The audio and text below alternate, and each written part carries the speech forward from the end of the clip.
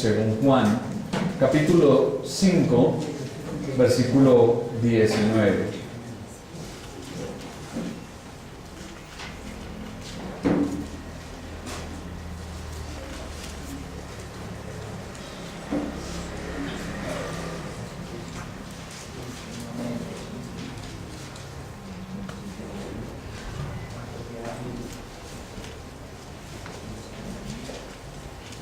¿Ya lo tenemos?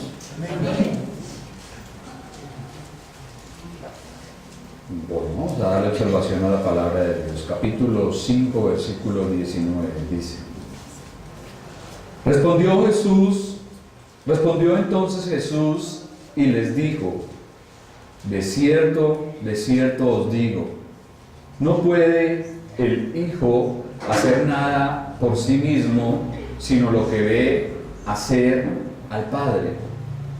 Porque todo lo que el Padre hace, también lo hace el Hijo igualmente.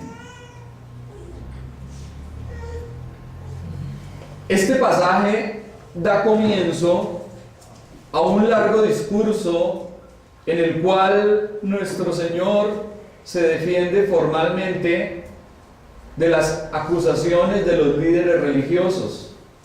Recuerdan que habíamos observado en la clase anterior que estos judíos, como los llama el evangelista, estaban acusando al Señor de sanar en el día de reposo, hacer milagros en el día sábado.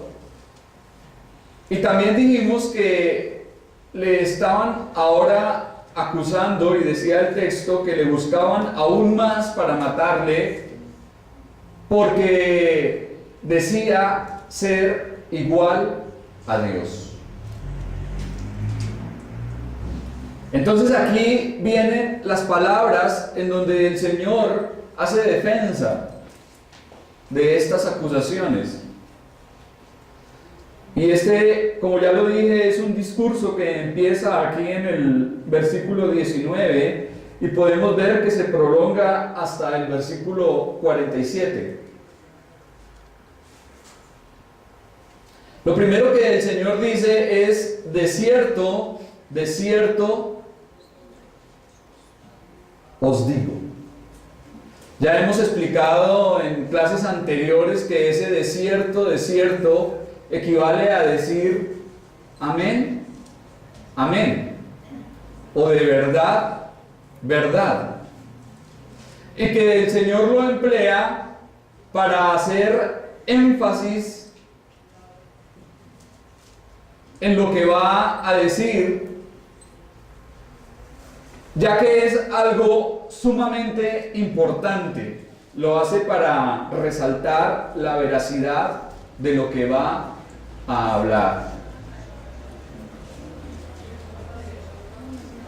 Así inicia esta declaración gloriosa, en donde el Señor resalta su propia autoridad divina y también nos hablará de la unidad que existe entre Él y el Padre.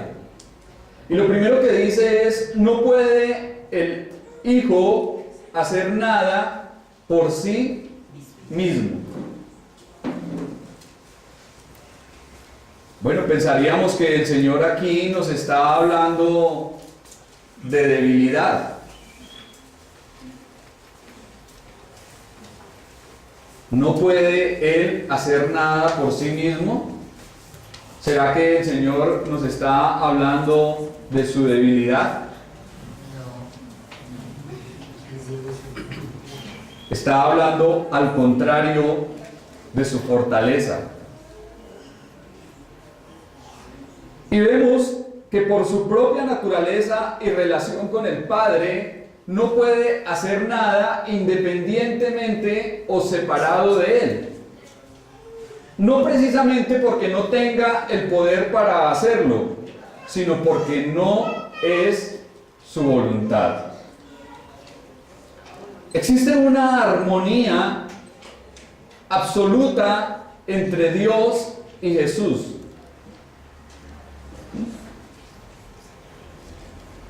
Ellos están estrechamente unidos y solo pueden hacer las mismas cosas.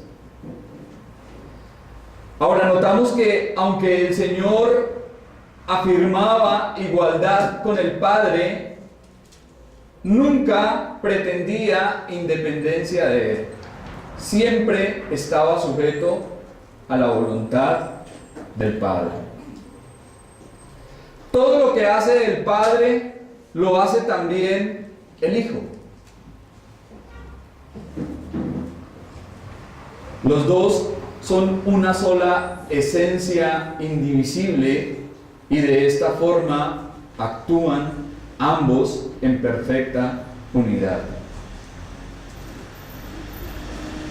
Ahora, el Señor no estaba hablando aquí de imitar lo que Él veía hacer en el Padre. No nos dice eso el texto. Nos dice que Él hace las cosas que el Padre hace igualmente. Las hace de la misma forma. Y si las hace de la misma forma, es porque es todopoderoso, omnisciente, omnipresente, infinito, en toda perfección. En otras palabras, si Jesús hace las obras que hace el Padre, es porque definitivamente Él es Dios. Cualquier interpretación o comentario que coloque al Señor por debajo de esta gran verdad ha de desecharse y no debe ser tenido en cuenta. Si prestamos atención a lo que hemos venido observando durante el estudio de todo el Evangelio, esto es lo que Juan nos ha tratado de decir desde el capítulo 1, versículo 1. ¿Recuerdan? Allí hablábamos de la preexistencia de Cristo. ¿Y qué significa eso de preexistencia? Que Él estaba antes de el principio, del comienzo. Antes. En el principio era el Verbo. Antes de que todo fuese, ya Él estaba. Pero también nos hablaba de la coexistencia. Él estaba con el Padre en ese principio. Y a lo largo de todo el Evangelio, todo el estudio que hemos venido desarrollando, eso es precisamente lo que Juan nos ha querido decir. Jesucristo es Dios. Recuerda que también observábamos que Él es omnisciente. Los atributos incomunicables de Dios son aquellos que empiezan por la raíz omni. Omnisciencia, omnipresencia, omnipotencia. ¿Y por qué decimos que son incomunicables? Hay atributos de Dios que Él comunica, por lo menos Dios es amor, y Él nos comunica de su amor, nos da de su amor. Pero ¿por qué estos atributos de los que hablo son incomunicables? Porque solamente Dios los tiene. ¿Usted ha visto alguna persona omnipotente aparte de Dios? ¿Omnipresente? ¿Omnisciente? Pero Jesús sí lo es, porque como ya lo dije y lo reitero, Él es Dios.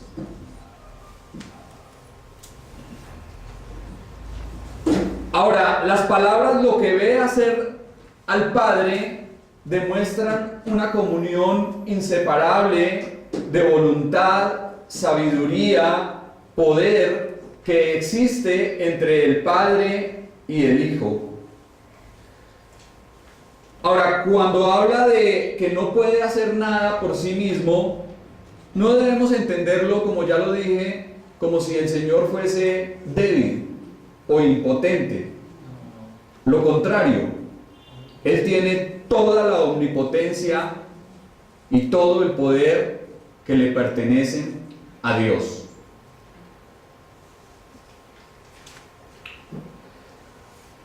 En estos textos sentimos de manera intensa la superficialidad de nuestro entendimiento y nos quedamos cortos para expresar lo profundo de Dios. En nuestro lenguaje humano estamos frente a esos pasajes, podemos decir, en que la luz nos ciega y no tenemos los ojos para verla. Debemos admitir con toda franqueza que nos quedamos cortos interpretando estos pasajes de la Escritura y las palabras no son suficientes para referirse a las cosas profundas de Dios. Aún con todo, seguimos dando gracias a nuestro Dios por lo que nos permite conocer y entender de Él. Evidentemente, el Señor Jesucristo quería que los judíos entendiesen y pensasen en Él como igual a Dios, totalmente igual al Padre. Aquí tenemos una reflexión práctica para nosotros. Si el Señor Jesucristo, siendo Dios, se movía en completa obediencia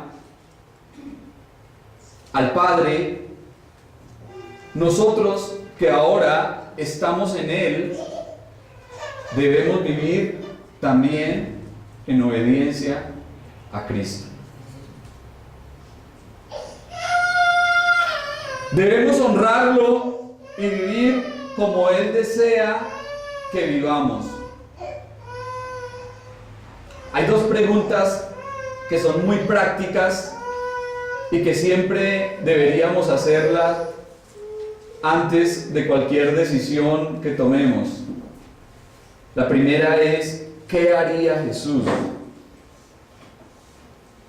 En cualquier situación en la que usted se encuentre, debería preguntarse, ¿qué haría el Señor Jesucristo en esto que me está pasando? Y la segunda de ellas, ¿qué desearía que hiciese?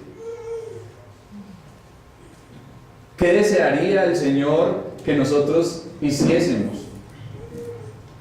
Y seguramente estas dos preguntas nos ayuden a tomar las decisiones correctas.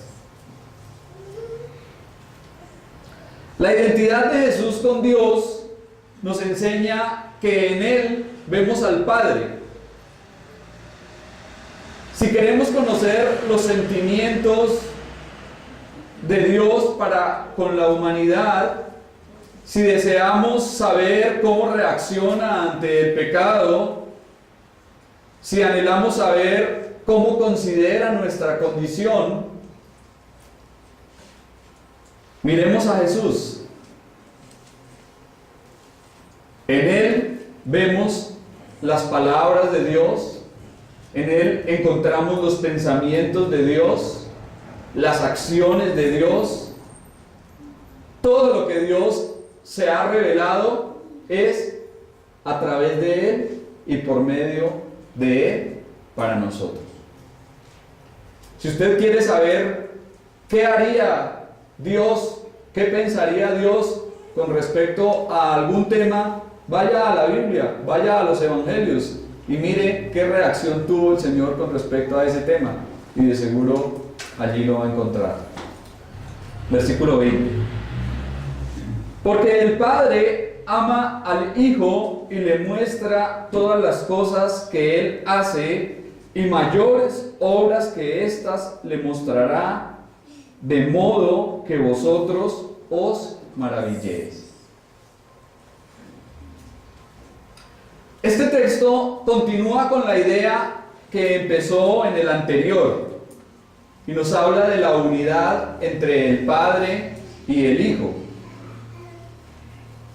quienes actúan en completa unidad porque son uno en esencia. Ahora, los verbos que aparecen aquí, es decir, amar y enseñar, hablan de una acción continua, pero como ya lo dije, no debemos entender superioridad del Padre o inferioridad del Hijo. No es así. No se trata de el amor de un padre terrenal a un hijo, ni tampoco el de un maestro enseñando a su alumno ignorante.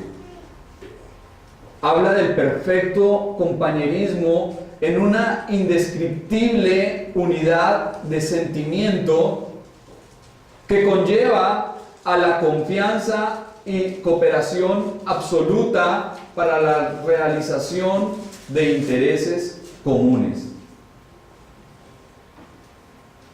El Padre siempre ha tenido el querer, mientras que el Hijo siempre ha sido el agente voluntario. ¿Recuerdan este pasaje allí en Isaías, en donde Dios está allí y dice: ¿quién irá por nosotros? ¿Y cuáles fueron las palabras del Hijo, de nuestro Señor? Heme aquí, envíame a mí.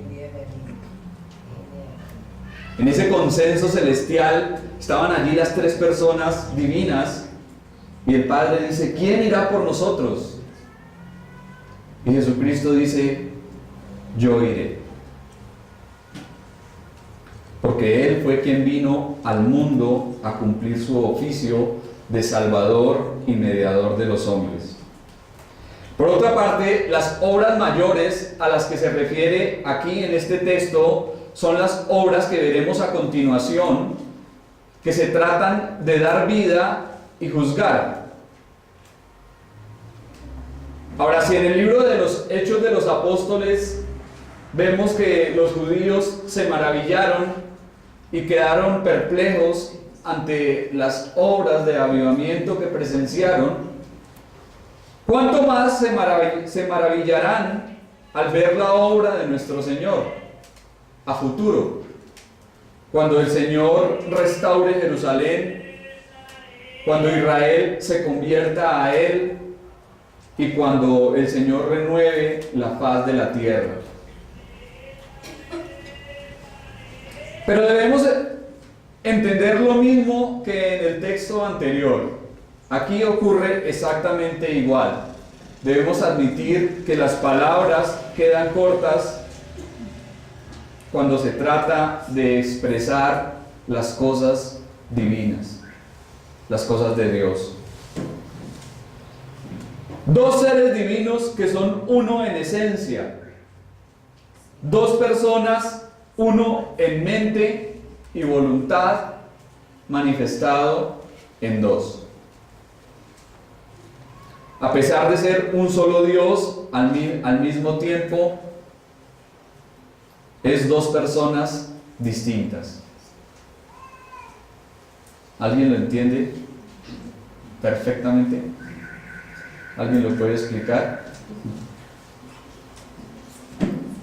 Nunca dejará de ser para nosotros un pensamiento demasiado elevado. Versículo 21. Porque como el Padre levanta a los muertos y les da vida, así también el Hijo a los que quiere da vida. Cristo afirma aquí que el Padre le ha capacitado para hacer lo que hace y le revela su conocimiento a Él personalmente. Sus obras, milagros, proceden del Padre, incluyendo el de levantar a los muertos. Si para estos judíos fue ofensivo escuchar decir al Señor que Él era igual a Dios, imagínense lo que pensaron cuando le vieron resucitando a los muertos.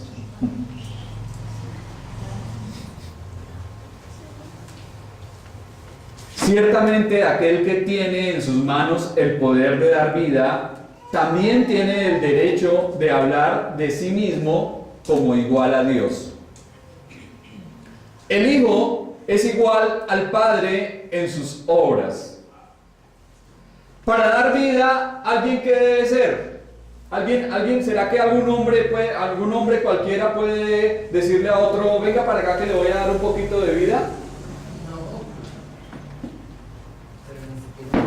Pero el Señor Jesucristo sí puede hacerlo porque Él es la fuente de la vida y en Él está la vida. Cuando vamos a donde el médico,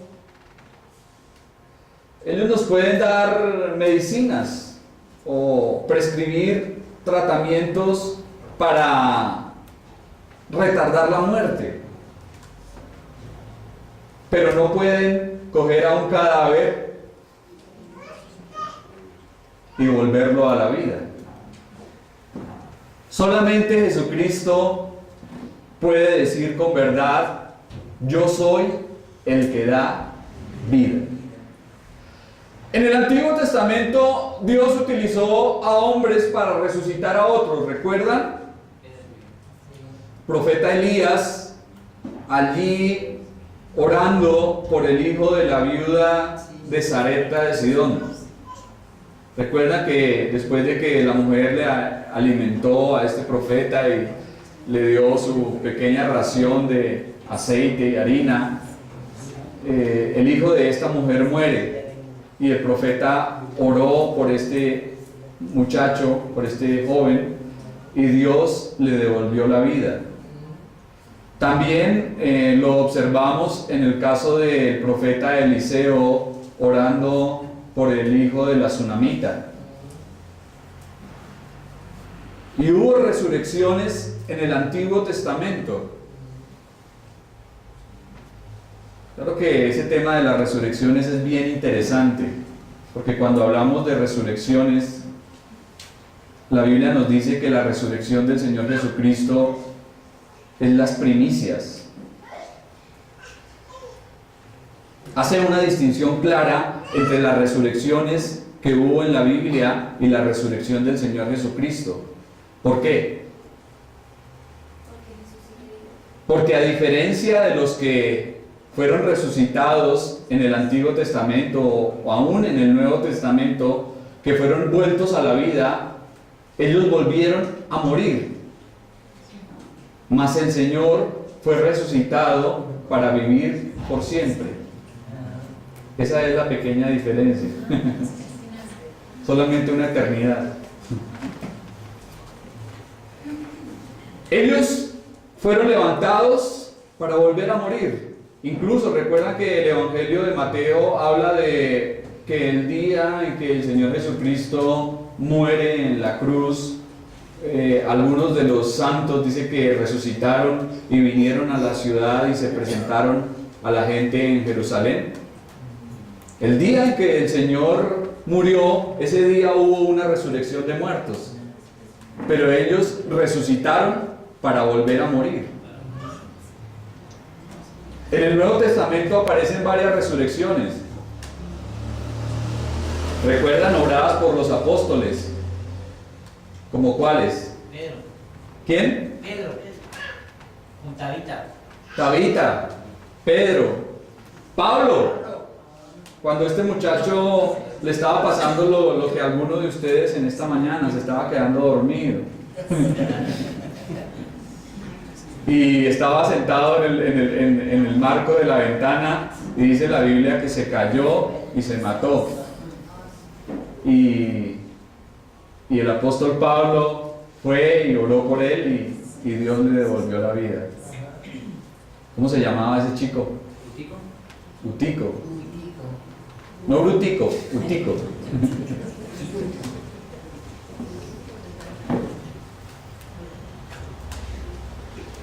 Y vemos que en el Antiguo Testamento Dios obró por medio de los profetas para dar vida a los hombres.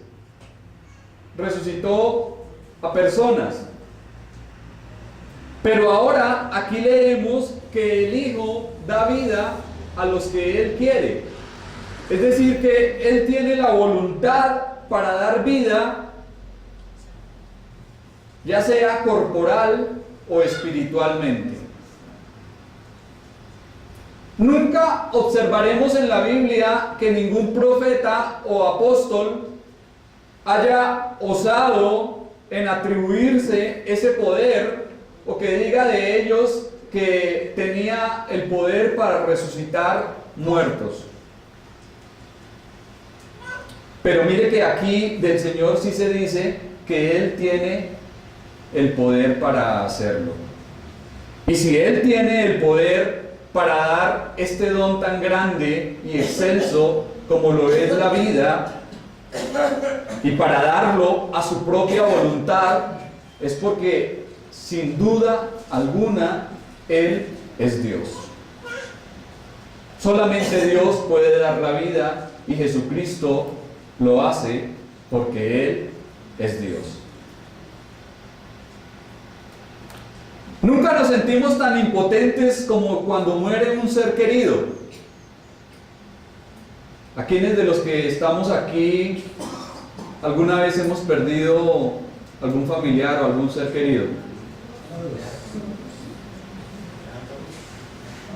Si esa persona está enferma, podemos llevarle medicamentos. Si esa persona está desalentada o desanimada, podemos ir a ella con una palabra de ánimo y de aliento. Si la persona está atravesando por crisis económica, podemos brindarle una ayuda. Pero si la persona está muerta, lo único que podemos hacer es lamentar su pérdida. Solo Dios tiene el poder de dar vida y hacer que los muertos salgan de sus sepulcros. ¿Usted sabe por qué el Señor Jesucristo nunca predicó un sermón fúnebre? Usted mira los evangelios y nunca va a encontrar al Señor Jesucristo predicando, diciendo: amados amigos y hermanos, nos encontramos en esta mañana frente a la dolorosa realidad de la muerte.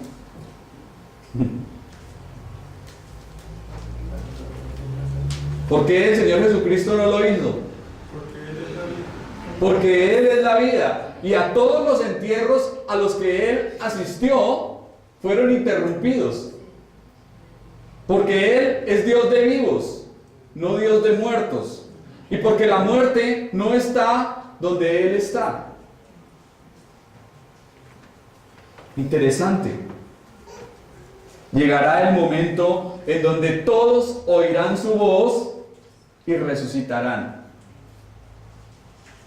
Unos para vergüenza y confusión eterna, y otros para salvación y gloria. Versículo 22. Porque el Padre a nadie juzga, sino que todo el juicio dio al Hijo.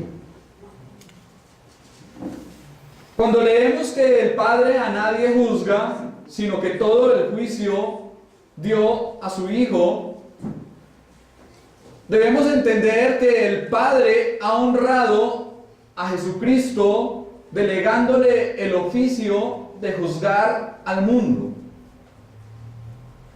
Dios ha confiado todo el proceso de juicio a Jesucristo. Si le preguntamos a una persona quién será el juez final, generalmente ¿qué escuchamos? ¿Quién será el que va a juzgar a los hombres? ¿Quién? No, la gente no dice Jesucristo. Dios. Dios. La gente generalmente dice Dios. ¿Por qué Dios? Porque Él es el único que puede hacerlo. Él es el único que tiene el discernimiento de las intenciones del corazón. Solamente Él es omnisciente. y únicamente Él puede decidir el destino de todo ser humano, porque Él es soberano y justo. Pero aquí el pasaje nos dice que el Padre ha delegado todo juicio al Hijo. De esta forma entendemos que Cristo llevará a cabo todo juicio porque Él es Dios. Notemos que el dar vida a los muertos y el juzgar son sucesos escatológicos que están relacionados para que todos algún día comparezcan ante Dios. ¿Qué ha de ocurrir con ellos? Según lo que la palabra nos enseña. ¿Cómo se presentarán todas las personas algún día ante Dios? ¿O qué tiene que ocurrir? Estamos hablando ahorita acerca de la resurrección. Todos tienen, algunos van a morir, otros seguramente van a pasar allá al juicio en vida. Seguramente, como dijo el apóstol Pablo, ¿sí? ¿Recuerdan aquel pasaje en donde se habla acerca de la doctrina del arrebatamiento, del rapto de la iglesia? Que para muchas personas ese pasaje no es contundente y enseñan que esto del rapto secreto no es una verdad escritural. Pero ¿qué va a ocurrir allí? ¿Qué dice el apóstol Pablo? ¿Lo recuerdan? Tesalonicenses. Los muertos en Cristo resucitarán primero. Luego nosotros, los que hayamos quedado, seremos arrebatados juntamente con ellos para recibir al Señor. ¿En dónde? En las nubes, en el cielo. Ahora, debemos de tener en cuenta que ese rapto de la iglesia no corresponde a la segunda venida de Cristo, porque ahí es donde se ha generado mucha confusión. Algunos dicen que el Señor Jesucristo prometió la segunda venida y que el rapto no es algo sustentable bíblicamente. Sin embargo, observamos en el libro del Apocalipsis que del capítulo 4 en adelante la palabra iglesia no aparece. Y la palabra del Señor a la iglesia, si ustedes observan cuidadosamente en uno de los mensajes a las 7 iglesias, es: yo te guardaré de la hora de prueba que ha de venir sobre el mundo entero. No le dice te acompañaré durante, sino te guardaré. ¿Y cómo podemos entender ese guardaré? Que Él no va a permitir que nosotros pasemos por la gran tribulación. Porque si el Señor permitiese que nosotros pasemos por la gran tribulación, entonces no habría esperanza, y mucho menos bienaventurada. Todo eso hay que tenerlo en cuenta. Pero les estaba diciendo que el juicio está relacionado con la resurrección. ¿Por qué razón? Porque para ser juzgados, muchos van a ser primero resucitados. Y la Biblia habla de varias resurrecciones, como ya les venía diciendo. ¿Recuerdan? Hubo resurrecciones en el Antiguo Testamento, hubo resurrecciones el día en que el Señor Jesucristo murió, como les estaba explicando, resurrecciones después efectuadas por los discípulos, por los apóstoles del Señor Jesucristo. También habrá resurrecciones el día en que el Señor venga por su iglesia, y los que van a ser levantados allí serán los que están en Cristo. Por eso hay que tener en cuenta esa preposición que el apóstol Pablo utiliza: los muertos en Cristo son los que van a ser levantados y se van a encontrar con el Señor en las nubes. Luego, la iglesia va a estar con Cristo ¿en dónde? En el cielo. ¿Y qué va a ocurrir en el cielo? ¿Qué se va a celebrar allí? ¿El Armagedón? No. Las bodas del Cordero. las bodas del Cordero. La iglesia se va a unir al Señor, a Cristo, que es su esposo, y mientras tanto, aquí en la tierra se desata el tiempo conocido como la tribulación y gran tribulación. 7 años de prueba, 7 años de angustia, 7 años terribles en los que se verán cosas, el Señor ha dicho, cual nunca antes. En aquella época muchos desearán quitarse la vida, y dice la Biblia que la muerte huirá de ellos.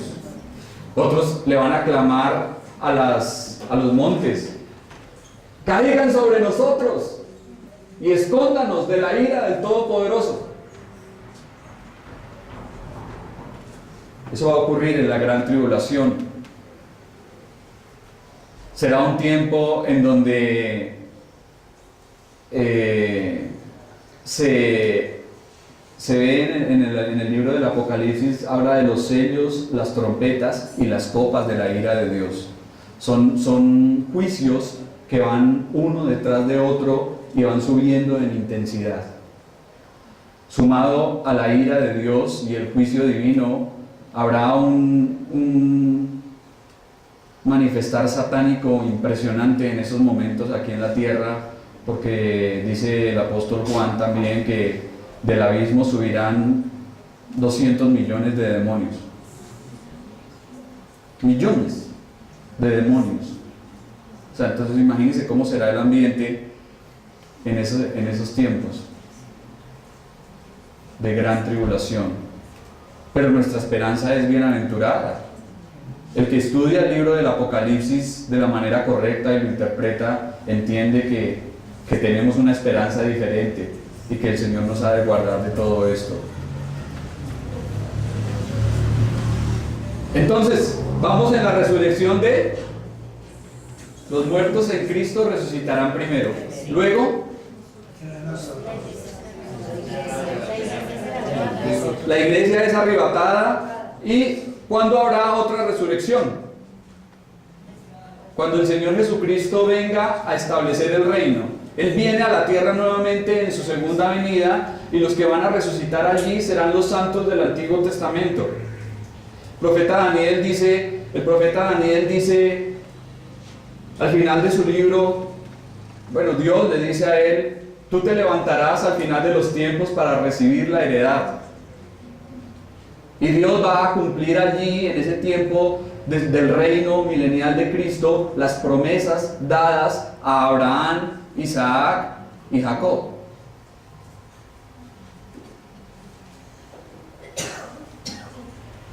Después, al finalizar, habrá un juicio final, que será el juicio del gran trono blanco. Este será un juicio de condenación, y las personas que asistan a ese juicio no encontrarán nada más que la perdición eterna. Las personas que estén en el juicio del gran trono blanco serán los que van a resucitar al final de los tiempos. Pero entonces, como podemos ver, la iglesia no está ahí. La iglesia no aparece en ese juicio. ¿Por qué? Romanos capítulo 8. Ahora pues, ninguna condenación hay para los que están en Cristo Jesús. Ningún juicio para los que están en Cristo Jesús. No hay ningún juicio. ¿Por qué no hay juicio? Porque el juicio que nosotros merecíamos a causa de nuestro pecado cayó sobre Jesucristo nuestro Señor. Él lo llevó, Él lo sufrió, Él pagó el precio.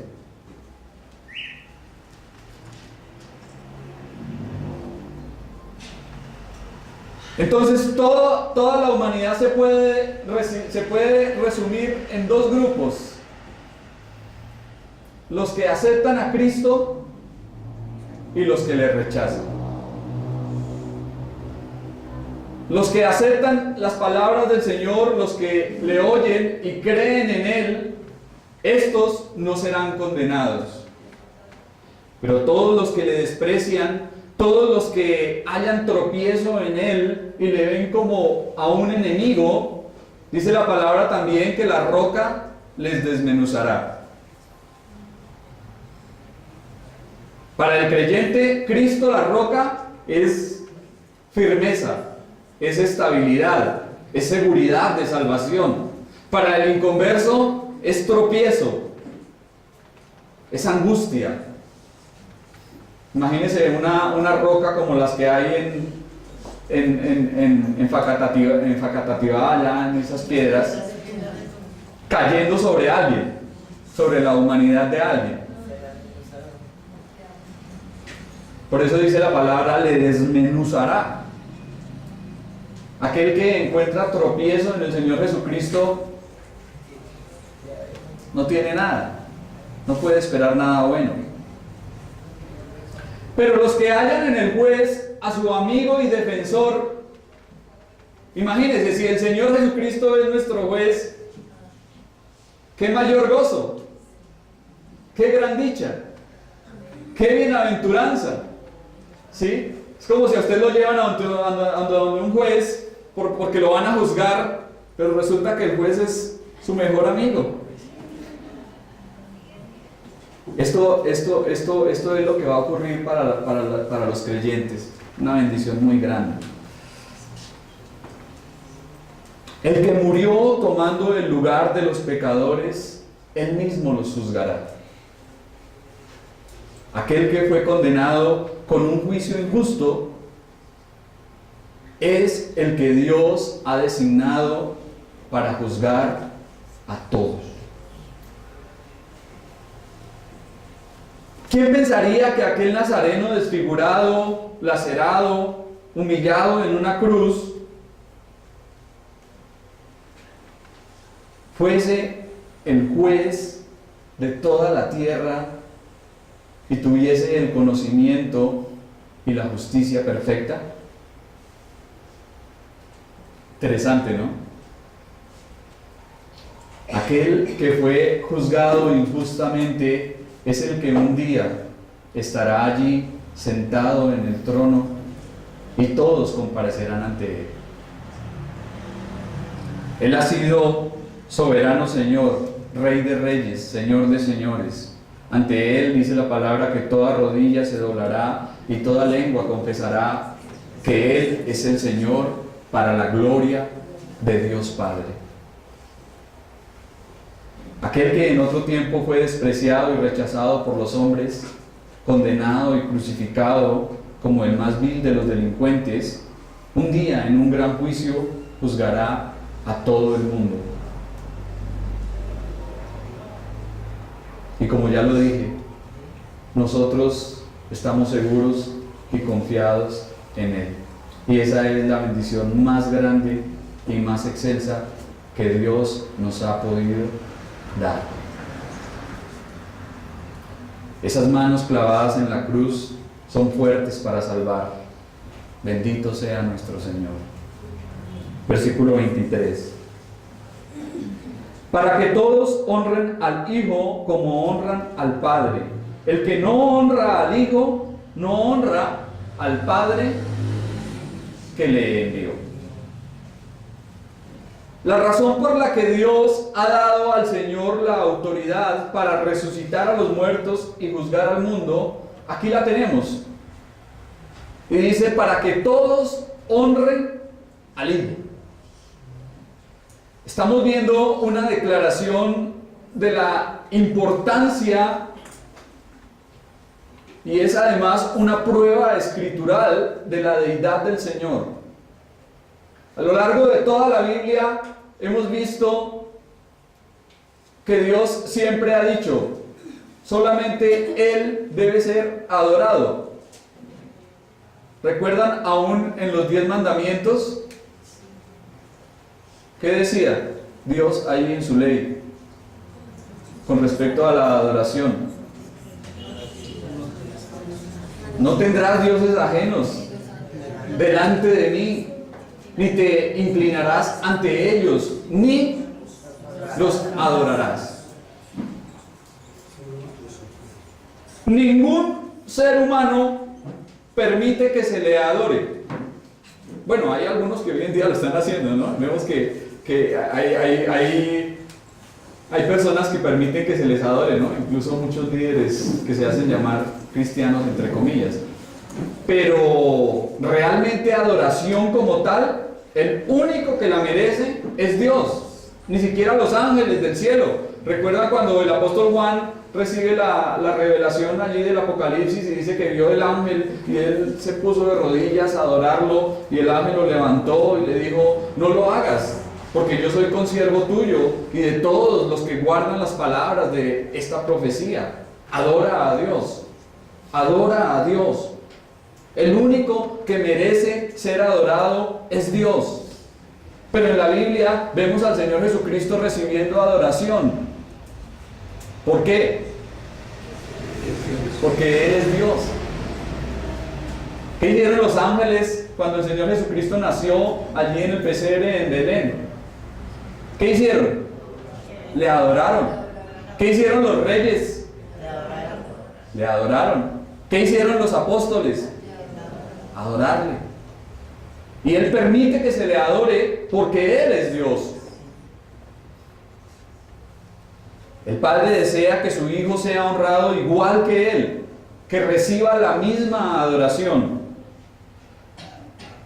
Muchos consideran que honrar a Jesús de la misma forma como lo hacen a Dios seguramente denigra al Padre, pero están equivocados, todo lo contrario. Cuando alguien, ya sea por orgullo, ignorancia o incredulidad, desestima a Cristo, pero profesa honrar a Dios, está lejos de complacerle realmente. Le está ofendiendo grandemente. Por su parte, el hombre que más honra al Señor y más importancia le da es el que más complace al Padre. Nadie puede honrar y alabar al Padre si no honra y alaba al Hijo. Sin embargo, vemos a muchos sectarios que andan por ahí, los arrianos modernos o actuales testigos de Jehová. ¿Recuerdan qué dicen? ¿Qué enseñan? Ellos, según ellos, adoran a Dios, pero rechazan a Jesucristo, rechazan la divinidad del Señor. Contrario a lo que estamos observando acá. Y así como ellos, hay muchos grupos, la ciencia cristiana, el unitarismo, algunos judíos que aún se hacen llamar mesiánicos. Hay judíos, y he hablado con muchos de ellos, se hacen llamar mesiánicos, sin embargo, no creen en el Señor y mucho menos le adoran. Todos estos movimientos no dejan de ser religiosos, estableciendo su propio culto y doctrina, y a su paso rechazando y menospreciando lo establecido por Dios. Y termina el texto diciendo: el que no honra al Hijo, no honra al Padre que le envió. Cuanto más se exalta al Señor, más se honra a Dios. Un grupo llamado el deísmo, que viene de la palabra del latín deus, que significa Dios, ellos creen en la existencia de un ser supremo, un Dios. Sin embargo, rechazan toda la revelación que Dios ha dado, la Biblia. Y a su vez dicen que Dios creó el universo, pero que Él se fue y que a Él no le importa lo que está pasando acá. Y también dicen que Dios no demanda que se le adore. Este grupo no honra a Cristo, aunque dicen creer en Dios. Y sí, creen en un Dios con minúscula, en un ídolo abominable, fruto de su maldad, completamente insuficiente para hacer algo por ellos. También hay muchos judíos y turcos que profesan adorar a Dios fervorosamente, pero desprecian a Jesucristo su Hijo.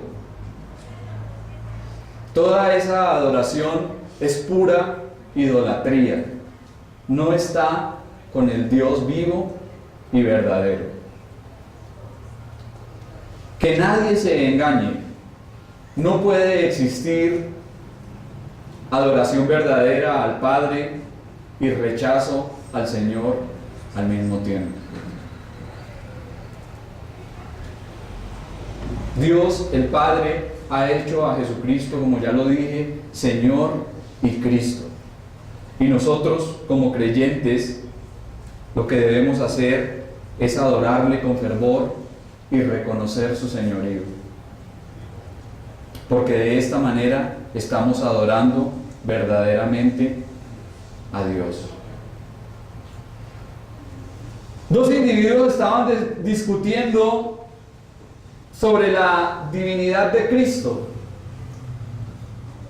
Y uno de ellos dijo con voz firme: si Cristo era divino, la Biblia debería decirlo con claridad, firmeza y de manera explícita. El otro le dijo: ¿de qué forma expresarías la divinidad de Cristo para que fuese más cierta? Y aquel hombre respondió: yo diría que Jesucristo es el Dios verdadero. El otro hombre lo miró y le dijo: oh, no has podido seleccionar mejores palabras que estas.